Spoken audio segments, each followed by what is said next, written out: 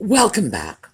Well, today I want to pick up the threads of a couple of previous shopping trips because it occurred to me that I had some footage from two antique dealers that I usually I usually stop in, check out their booths, but I don't always talk to you at length about why these are some of my favorites.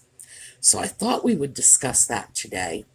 So basically, I'm telling you what it is I look for in a booth in an antique mall and how it is I can find some really interesting deals there.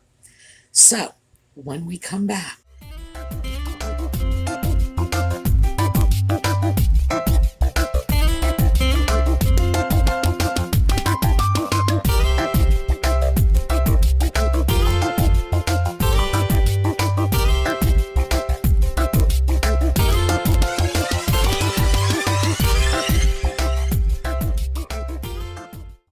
okay, so you all know I have a great fondness for Paul's cubbies and booths, and well, the whole second floor is half Paul's anyway. And also Janine's little booth. And the reason for this is because they are known quantities. I've been buying things from them long enough to know what kind of things I can expect. I can expect a good turnover. I can expect some fairly high quality items at good prices. But what about the dealers that you don't know, that you don't have a history with? How do you spot them? You walk into an antique mall, you've never been there before, you have no idea who owns what shop. Well, thought we'd talk about that today because there are a couple of dealers at Bedford that are really, really good examples of the kind of antique booths and sometimes actually antique shops that you can go into and you can just find deals. They have some characteristics in common. So, first things first, let's take a look at what I grabbed in one of these booths. We've talked about this booth before, and this is what you are looking for in an antique booth at an antique mall. Here's why. $5. This is a nice Austrian vase. Condition is good. Austrian usually goes much higher. This one, also $5, same thing.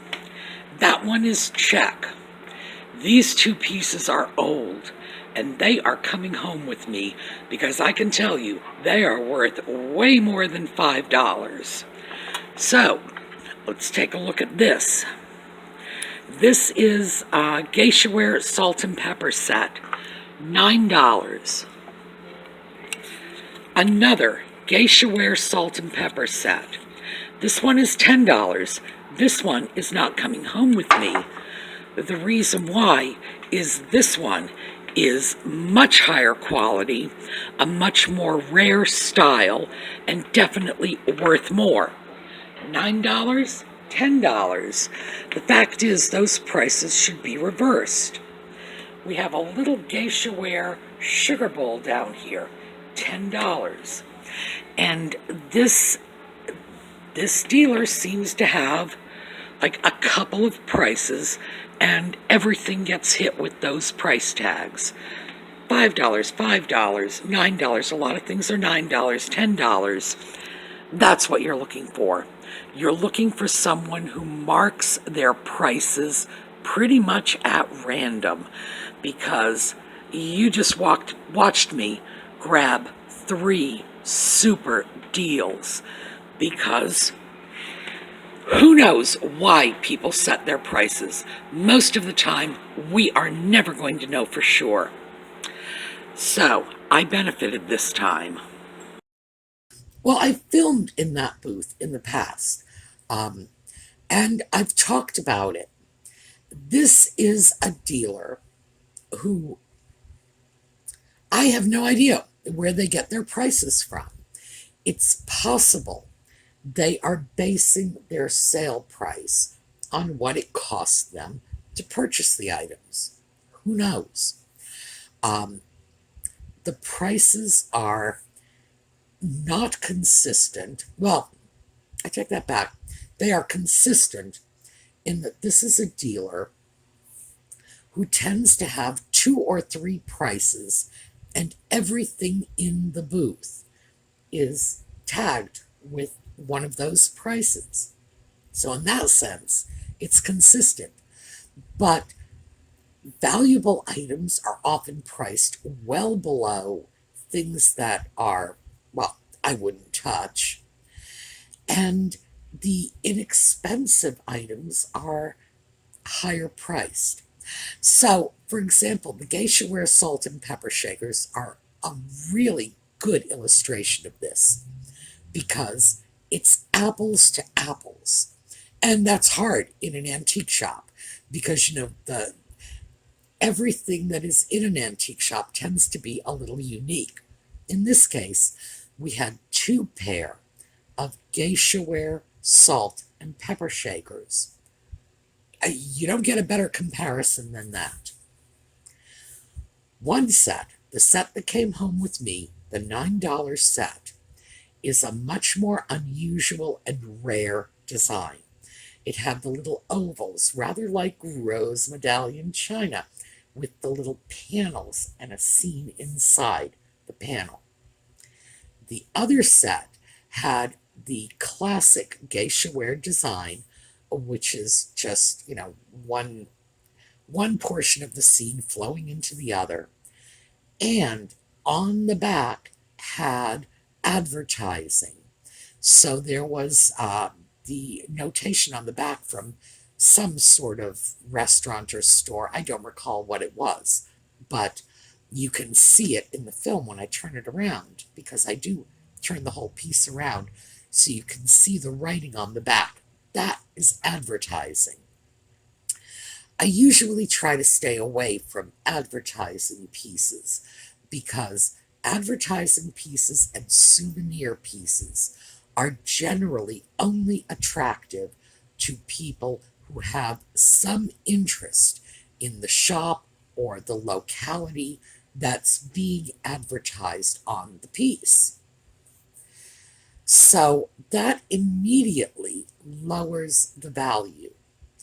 Um, so that one was $10. And the other one, being a more rare and unusual design, that immediately raises the value. So we have this wonderful head to head comparison, and the better piece was $1 less than the lesser piece. And that's why I walk away saying, I have no idea how they set their prices. I have no idea what would make someone think that one of these was worth $1 more than the other, especially when I look at this and say, no, it's actually worth less. The Austrian and Czech vases. And we've talked about this many times before. One of the reasons I will grab Japanese porcelain when I can get it is because 20th century Japanese porcelain has comparable quality, design, execution to the European porcelain, but the European porcelain sells for more. People put higher price tags on European porcelain.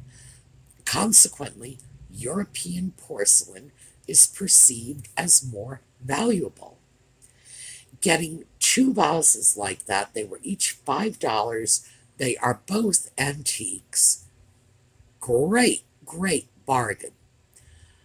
Why would Uh, a beautiful Austrian vase, side by side with a beautiful Czech vase. Remember, they were each $5.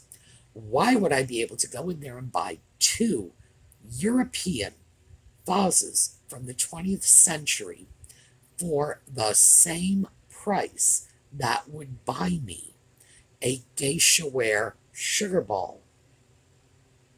I don't know.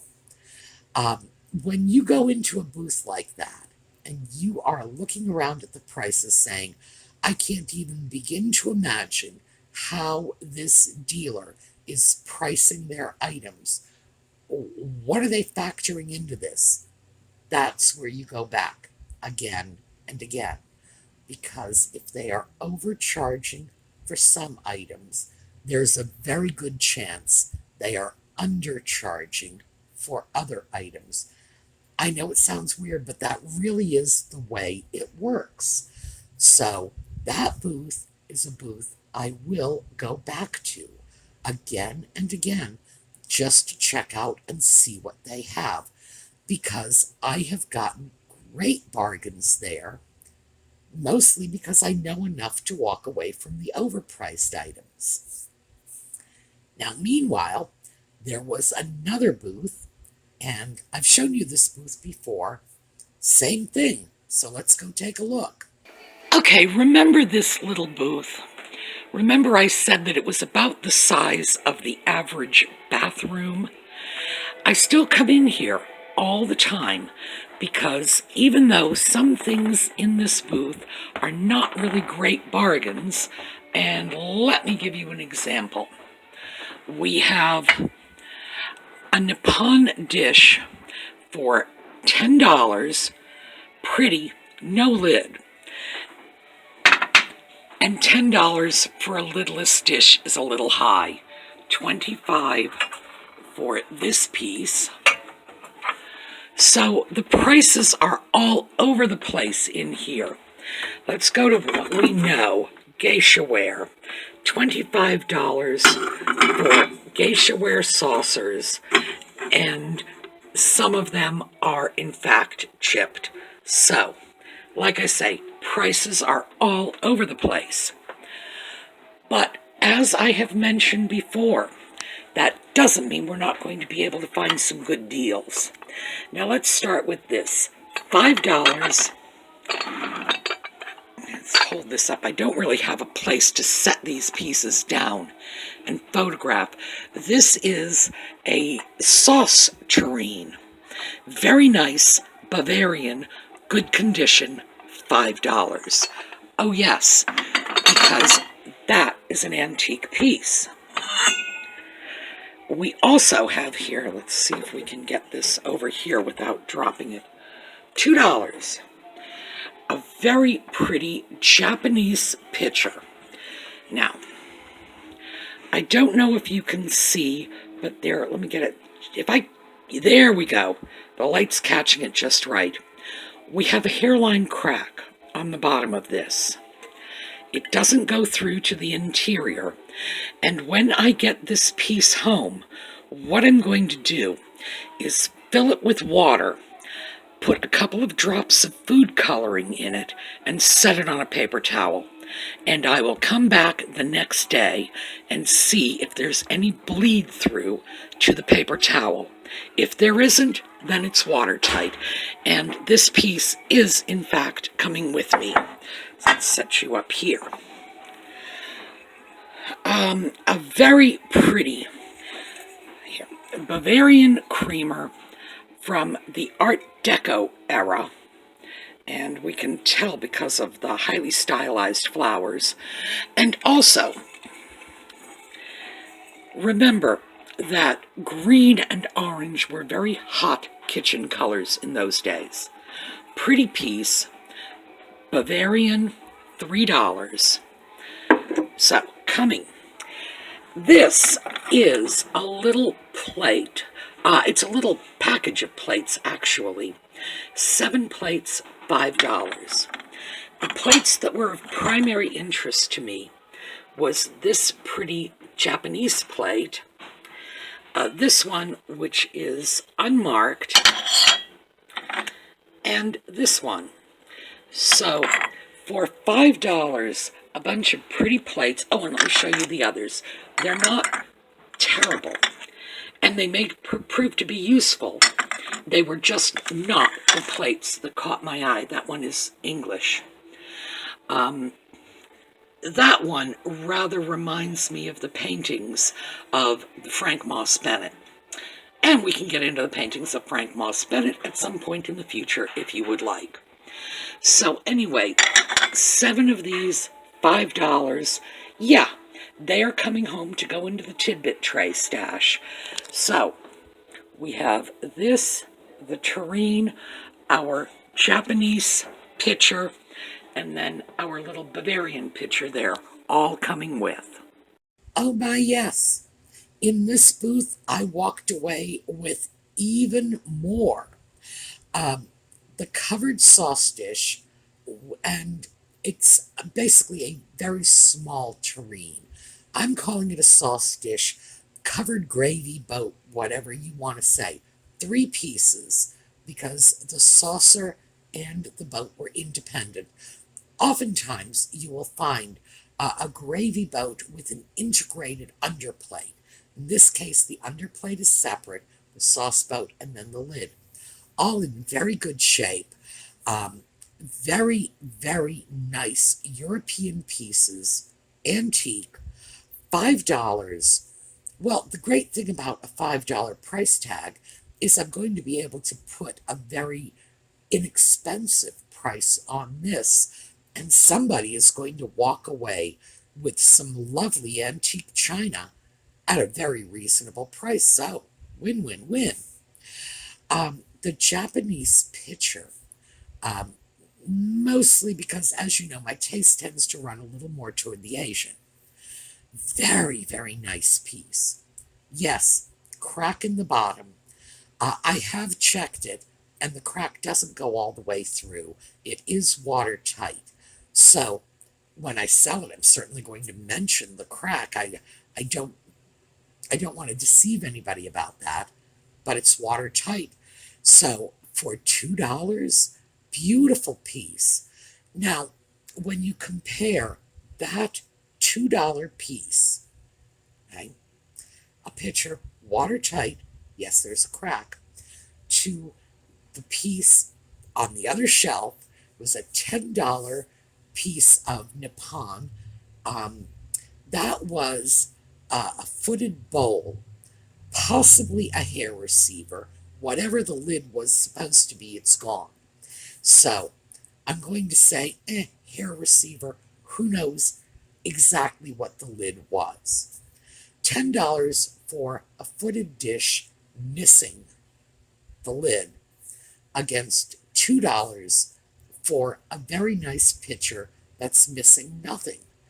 And you've just got to, you just have to say, why? Why in the world do they price it the way they do? The Bavarian creamer, that was $3. Now, that piece had more wear. It's not in the same kind of nice visual condition as the Japanese pitcher, but it's older. That was $3. That's nice. Art Deco coloring, stylized Art Deco flowers, not as over the top Art Deco as a lot of pieces, but it's from the right era. It's the right color combination. Nice piece. Who knows why they would price that at $3 and a lidless dish at $10? I do not know. This is also the same place where I picked up some lovely uranium glass goblets. And they were, goodness, I don't remember. I think they were something like $1.50 for the pair of them. I don't recall. Dirt cheap. Sitting side by side with goblets for much more that were chipped, that were not uranium glass. and you just walk away saying, I don't get it. I really don't. By the way, the little cache of plates, and it was something like 7 plates for $5. Um, the one that I said, gee, this looks like a Frank Moss Bennett painting, that, as it turns out, is an ashtray. So, that's actually rather nice because ashtrays are things you can sell when they have a nice little man cave design on them. And this does. So that turned out to be a little bit of a bonus. Nice sort of English hunt, you know, um, that sort of English country hunt club look that uh, is very popular. I have to say, I actually do like that look visually. Um, the leather furniture and the hunting scenes on the walls and, that sort of thing. I find it very appealing. I don't really think I want to do that because I'm afraid people will come into my house and want to smoke cigars, but what can I say? Um, Nice pieces. That was $5 for the plates. Um, and I get an ashtray in there that will be sold separately. So that was a good deal. The geisha ware plates, on the other hand, well, you saw that geisha ware, and some of them were chipped. What can I say? It's like there's no rhyme or reason in how they price their things. And when there's no rhyme and reason, you can go in and get bargains. Because for some reason, the same thought process that leads someone to believe a lidless dish is worth $10 or chipped goblets are worth $10. For some reason, it leads them to believe that perfect goblets are worth $1.50, or a pretty Japanese pitcher that is in fact watertight is worth $2 against, the littlest dish. I do not know how or why they do it, but I do know what these super deal mall booths look like. And you just saw two of them, and this is what they look like. Prices you just don't understand on about half their stuff. The other half their stuff, prices that are delightful. That's what you look for. So, in the future, I'm going to make a point of going back to those two booths because once you get a feel for them, and these are separate booths, they're run by separate dealers, you get a feel for them and you can see there are certain things they have in common. And that's what you look for. Pretty soon your antenna will perk up when you go out to your local antique mall and see the same kind of booth. Um, it's just time well spent. What can I say? Let's take a quick look at a couple of goodies from Paul. Uh, as I say, Paul is very reliable. In general, I do not go into his um, nooks and cubbies and booths and cabinets and whatever else have you and say, this is overpriced. I will very often say, this is more than I'm willing to pay for it. But overpriced, no. So with Paul, it's very different because the two booths we just saw, oh yeah, those things were overpriced. No two ways around it. Um, in my opinion, chipped goblets are overpriced at 50 cents, but Paul's things are different. It's a variety of prices. I can still go in there and find some very, very good deals. So let's take a look at the first one. And this was a piece I just saw and said, ooh, ooh, and you'll see why. So I was just thinking to myself, I've been here for about 20 minutes and I've come up with two pieces, so I really need to rely on Paul to make this trip worthwhile. And oh my, yes, didn't he? Let's take a look at this. This is a cheese plate, a covered cheese plate. And we've got some absolutely gorgeous Art Deco lines, along with some Art Deco coloring. This wonderful off-white and green. And remember, Ezra the stove is off-white, green, and black, and he is from the Art Deco period. So, this little bugger is coming home. I don't think I'm going to keep him and let him live on Ezra, but who knows? We'll have to see how good he looks there. Price on this, $10. Well worth it. Art Deco pieces go a lot higher than that. And this is a very unusual piece. Made in England. I'm going to have to look up the pottery, but this, yeah, $10. This is a bargain. Oh, yes, an Art Deco cheese dish. Now, that might also actually be a butter dish. This piece was in the mid-century somewhere. It could be as early as the 30s, could be as late as the 50s. It still has strong Art Deco lines, and the reason I say it may be a butter dish is butter coming in long rectangular sticks is something relatively new. Um, Butter often came in molds. People would often make butter themselves. It came in molds. It could come in little decorative, roundish sort of shapes or in square shapes because of these butter molds, depending on the mold that you got your butter in or the mold that you used to make your own little stash of butter.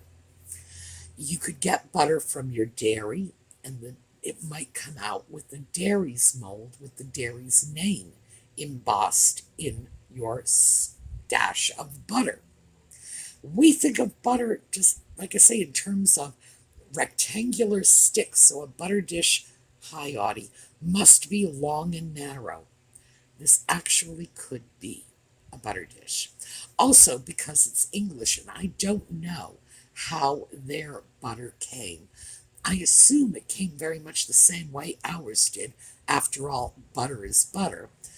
Theirs may well have come in these more roundish or square shapes. So that might actually be a butter dish and not a cheese dish.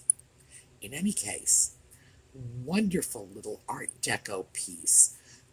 The Deco lines, the Deco coloring, um, the the curved edge, which is streamlined modern. So, gotta love it. Yes, $10. Oh my, that came home with me. Am I keeping it? No, I am not. I had thought about it briefly because it does have colors similar to my stove, but no, I am not.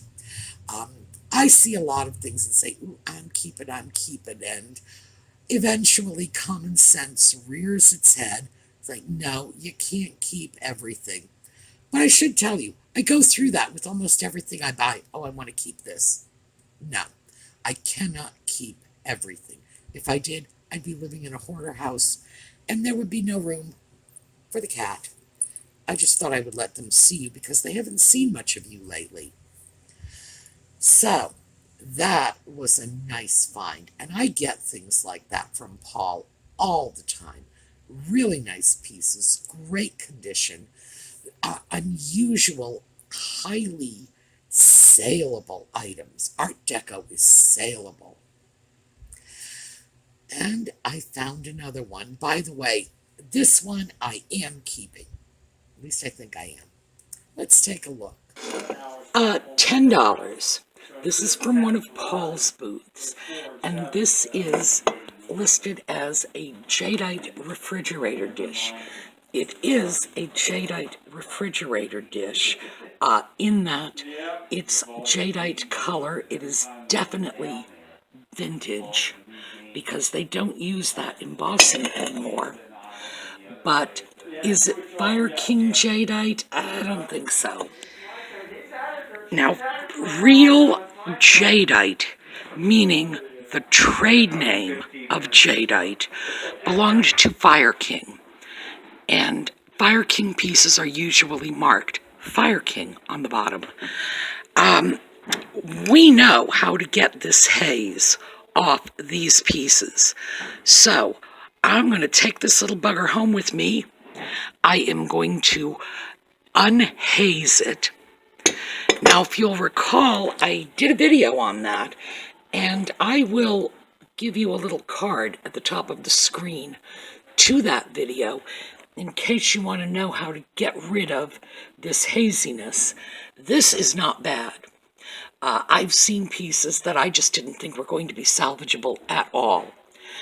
In fact, the piece I used in that video, I was willing to experiment with because I thought it was a goner to begin with. This is what happens when you put old Pyrex in the dishwasher. So don't do it, wash your Pyrex by hand. This piece had haze on it.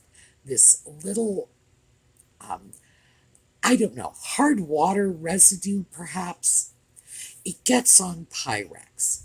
It comes from putting your Pyrex in the dishwasher. Don't do that. Can you remove this? Yes, again, new card, because I've got a video all about that. And as I mentioned when I was filming that, the piece of Pyrex, it was Jocelyn's Pyrex I used. The piece of Pyrex I used was in such bad shape that she and I both thought it was going to have to be thrown away anyway. So there was no reason not to use it to see if that barkeeper's friend cleaning method worked. Well, it worked. Yes, it takes elbow grease when it's really bad. But if it's not really bad, the fact is it's no more difficult than scrubbing a dirty pot. It's that simple. But the thing you have to keep in mind is Pyrex dishwashers, bad combination. So that piece, like I say, I think I might keep it. I don't know. I'm still thinking about it.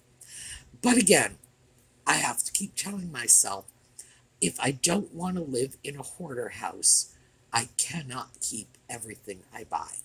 So who knows? It may end up showing up in my Etsy shop once my infatuation wears off. Oh, yeah, let me tell you about that. Usually when I get something and say, oh, I want to keep this for myself because I am just shamefully acquisitive like that, I will put it in the kitchen, put it on top of Ezra the stove. I'll let it sit there for a while. I don't do anything with it. I don't touch it. I don't store leftovers in it or anything like that. I will just put it there. And if I still feel the same way after about 2 weeks, I might consider keeping it. If after 2 weeks I don't feel the same way, bang, goes right into the lineup that will eventually go into my Etsy shop. And I would suggest that you consider doing the same. If you see something and you think you really want to keep it for yourself, just, sweetheart, you are nuzzling the camera. If you think you want to keep it for yourself, what I suggest you do is find yourself a place to put it. Set it there, leave it there. I pass the stove every day, several times a day, and it forces me to look at the item and consider, do I really want it? Do I have the space for it? Do I have a use for it? Am I so in love with this that I would give up something else in order to keep it? Most of the time, my need to appreciate the piece, and that's mostly what it is. I need to look at it. My eyes are greedy for it. Most of the time, after about 2 weeks, I've looked at it as much as I need to. I have enjoyed it as much as I need to, and then I can move it aside. So, like I say, I'm going to share that with you. That's how I do it. That may be useful to some of you, especially those of you who, like me, see something and say, oh, it's pretty, I can't let it go. Put it somewhere. Look at it. Enjoy it. Make a point of picking it up and touching it. And see if you still feel the same way after you have sort of burnt that out of your system for a couple of weeks. I find it works. All right, that's what I have for you today. I will see you all tomorrow. We are going to look at one of the Brownhaven photography slideshows on our way out, and have a terrific day.